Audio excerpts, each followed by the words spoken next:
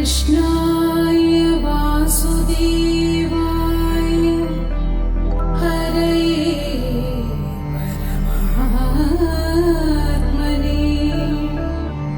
प्रणतक्लेशनाशाय गोविन्दाय नमो नमः।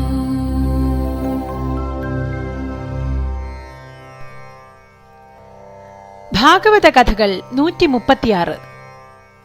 കംസവധം കഴിഞ്ഞ് മധുരാപുരി വീണ്ടും സജ്ജനങ്ങൾക്ക് ശാന്തിയുടെ വിളനിലമായതോടെ വസുദേവർക്ക് തന്റെ സഹോദരിയെക്കുറിച്ചുള്ള ചിന്ത കലശലായി. യാദവകുലത്തിലെ സുരസേനന്റെ പുത്രിയും കൃഷ്ണന്റെ പിതാവ് വസുദേവരുടെ സഹോദരിയുമാണ് പൃഥ. സന്താനങ്ങളില്ലാതിരുന്ന കുന്തിഭോജനെ ശൂരസേനൻ പൃഥയെ ദത്തുപുത്രിയായി നൽകി. കുന്തിഭോജ മഹാരാജാവ് മകളായി ദത്തെടുത്ത ശേഷമാണ് പൃഥയ്ക്ക് കുന്തി എന്ന പേര് കിട്ടിയത്. പിന്നീട് ഹസ്തിനപുരിയിലെ നിയുക്ത രാജാവായിരുന്ന പാണ്ഡുവിനെ കുന്തിയെ വിവാഹം ചെയ്തു നൽകി. എന്നാൽ പാണ്ഡുവും സപത്നി മാന്ത്രിയും അകാല മരണം പ്രാപിച്ചതോടെ പാണ്ഡുപുത്രന്മാരായ യുധിഷ്ഠിരൻ, ഭീമൻ, അർജുനൻ, നകുലൻ, സഹദേവൻ എന്നിവരുമായി കുന്തി ഹസ്തിനപുരിയിൽ അനിശ്ചിതത്വത്തിൽ കഴിയുന്ന കാലം കൂടിയായിരുന്നു അത്. അപ്പോൾ പാണ്ഡവരുടെ മാതൃപക്ഷത്താണ് യാദവർ വരിക. യാദവരിൽ ശ്രേഷ്ഠനായ വസുദേവർ കശ്യപ മുനിയുടെ അംശമായിരുന്നു. യാദവരിൽ ആദ്യനായ യദുവിന്റെ മകനാണ് വൃഷ്ണി. അതിനാൽ യാദവരെ വൃഷ്ണികൾ എന്നുകൂടി പറയുന്നു. വൃഷ്ണികൾ എന്ന വിഭാഗത്തിലാണ് കൃഷ്ണൻ ജനിച്ചത്. അങ്ങനെ കൃഷ്ണൻ സജ്ജനങ്ങളെയാകെ തുണയ്ക്കുന്നതിൽ സംതൃപ്തനായ വസുദേവർ ഇപ്രകാരം കൃഷ്ണനോട് പറഞ്ഞു: പുത്ര, നിന്റെ പിതൃസഹോദരിയായ കുന്തി വിധവയായി തീർന്നു എന്ന വാർത്ത കേട്ടിരുന്നു. എന്നാൽ കാരാഗൃഹത്തിലായിരുന്നതിനാൽ അതേക്കുറിച്ചോ ഇപ്പോൾ കുന്തിയുടെ അവസ്ഥ എന്താണ് എന്നതിനെക്കുറിച്ചോ ഒന്നും അന്വേഷിക്കാൻ കഴിഞ്ഞില്ല. 5 പുത്രന്മാർക്കൊപ്പം ഹസ്തിനപുരിയിലാണ് കുന്തി ഇപ്പോൾ എന്ന് മാത്രം അറിയാം. നന്നേ ചെറുപ്പത്തിൽ വേർപിരിഞ്ഞു പോയി എങ്കിലും സഹോദരിയുടെ വിവരങ്ങൾ അറിയാൻ നമുക്ക് ആകാംക്ഷ തോന്നുന്നു. ഇത് കേട്ട ശ്രീകൃഷ്ണൻ തീർച്ചയായും കുന്തിയുടെയും പുത്രന്മാരുടെയും സുഖവിവരം അന്വേഷിച്ചറിയാം എന്ന് വാക്ക് നൽകി. അന്യരാജ്യത്തേക്ക് ദൂതിനാണെങ്കിലും വിവരങ്ങൾ ശേഖരിക്കാൻ ദൗത്യമേൽപ്പിക്കാനാണെങ്കിലും ജ്ഞാനിയായ അക്രൂരനായിരുന്നു മധുരാപുരിയിൽ ഏറ്റവും മികച്ചവൻ. കൃഷ്ണൻ അക്രൂരനു കൊടുത്ത വാഗ്ദാനവും ഓർമ്മിച്ചു. ബലരാമനും ഉദ്ധവനും ഒരുമിച്ച് അദ്ദേഹത്തിന്റെ ഭവനത്തിൽ കൃഷ്ണൻ സന്ദർശനം നടത്തി. അക്രൂരൻ സന്തോഷത്തിന്റെ ഉച്ചകോടിയിലായിരുന്നു. കൃഷ്ണനും ബലരാമനും പ്രായത്തിൽ ചെറിയവരെങ്കിലും അവരുടെ യഥാർത്ഥ സ്വരൂപമെന്തെന്നും ദിവ്യതയെന്തെന്നും അക്രൂരൻ അറിയാമായിരുന്നു. അക്രൂരൻ അവർക്ക് ഏറ്റവും അനുയോജ്യമായ വസ്ത്രങ്ങളും ആഭരണങ്ങളും നൽകി പാദതീർത്ഥം ശിരസിൽ തെളിച്ച് വിശിഷ്ടാസനത്തിൽ ഇരുത്തി പൂജിച്ചു. അവരുടെ പാദങ്ങൾ തഴുകിക്കൊണ്ട് അദ്ദേഹം ഇപ്രകാരം പറഞ്ഞു തുടങ്ങി: നിങ്ങൾ ദുഷ്ടനായ കംസനെയും അനുചരന്മാരെയും വധിച്ച് ഈ കുലത്തെ കാത്തുരക്ഷിച്ചു. സകല ചരാചരങ്ങൾക്കും അന്തര്യാമിയായ അവിടുന്ന് ഭഗവാന്റെ അവതാരവും പരമശക്തിയുമത്രേ.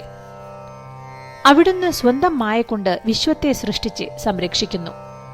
കാലക്രമത്തിൽ മാറ്റങ്ങളുണ്ടാവുന്ന ഈ ശരീരത്തിൽ നിബദ്ധനല്ല അവിടുന്ന്. അവിടുന്ന് ഗുണങ്ങളാൽ ബന്ധിക്കപ്പെടാത്തവനും അനശ്വരനുമത്രേ.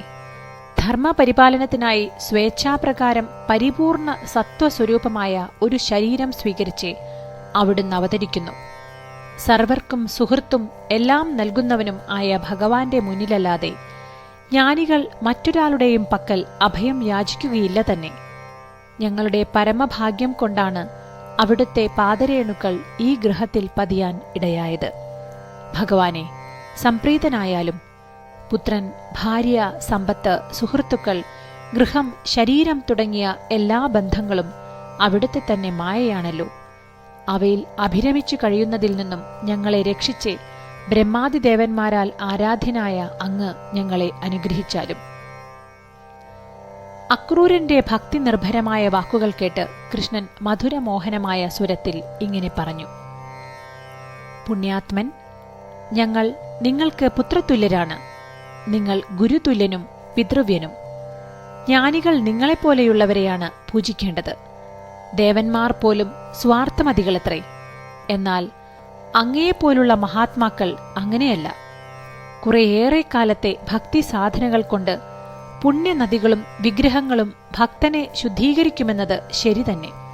എന്നാൽ മഹാത്മാക്കളുടെ കടാക്ഷം ഒന്നുകൊണ്ട് തന്നെ ഭക്തൻ പവിത്ര പാവനമാകുന്നു. ദയവ് ചെയ്ത് അങ്ങ് ഹസ്തിനപുരം വരെയൊന്ന് പോയി അവിടുത്തെ കാര്യങ്ങൾ അന്വേഷിച്ചു വരണം. പാണ്ഡവന്മാർ അജ്ഞാതവാസം കഴിഞ്ഞ് മടങ്ങിയിരിക്കുന്നു.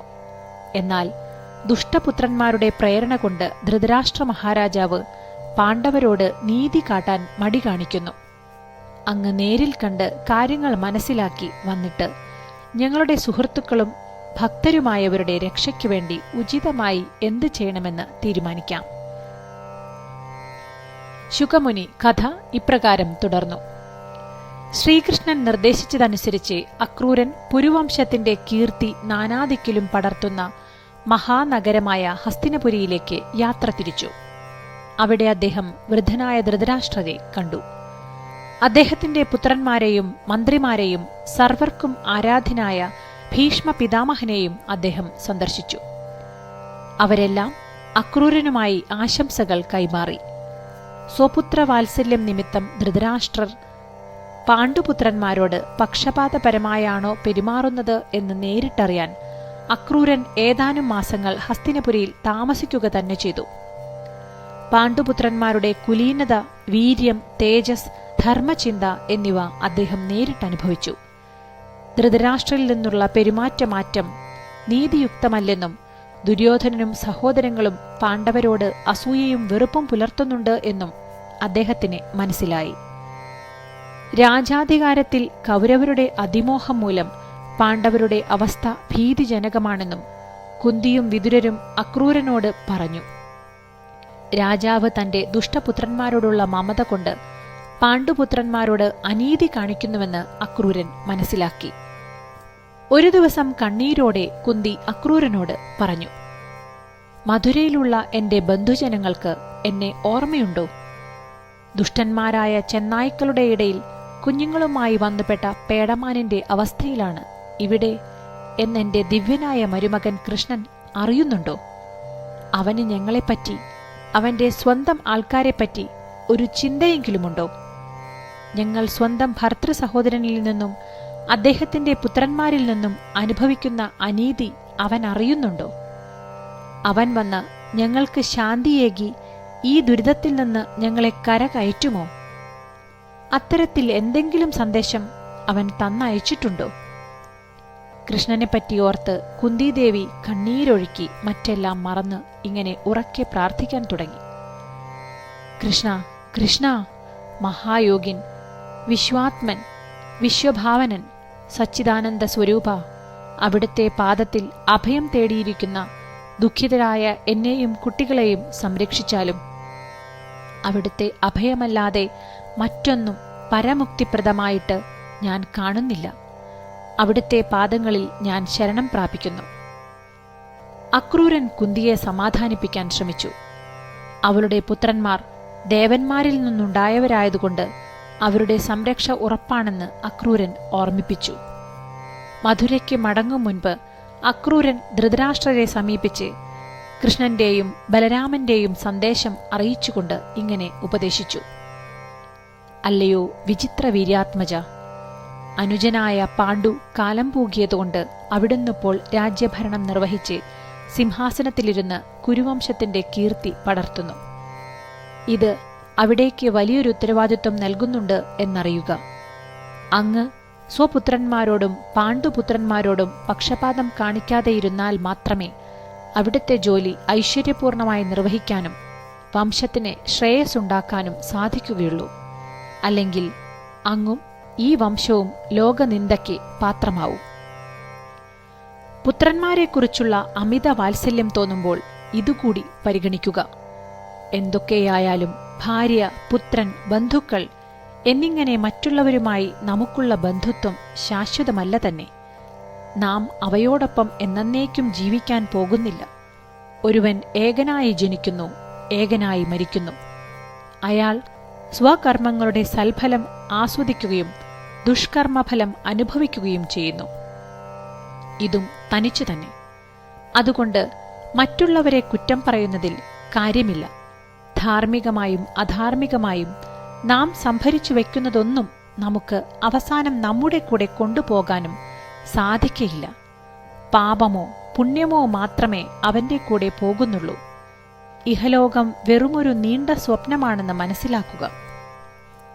സ്വന്തം ബന്ധുജനങ്ങളോടുള്ള അമിതമായ മമതാമോഹം കൊണ്ട് മറ്റുള്ളവരോട് അനീതി കാണിക്കാൻ ഇടവരരുത്.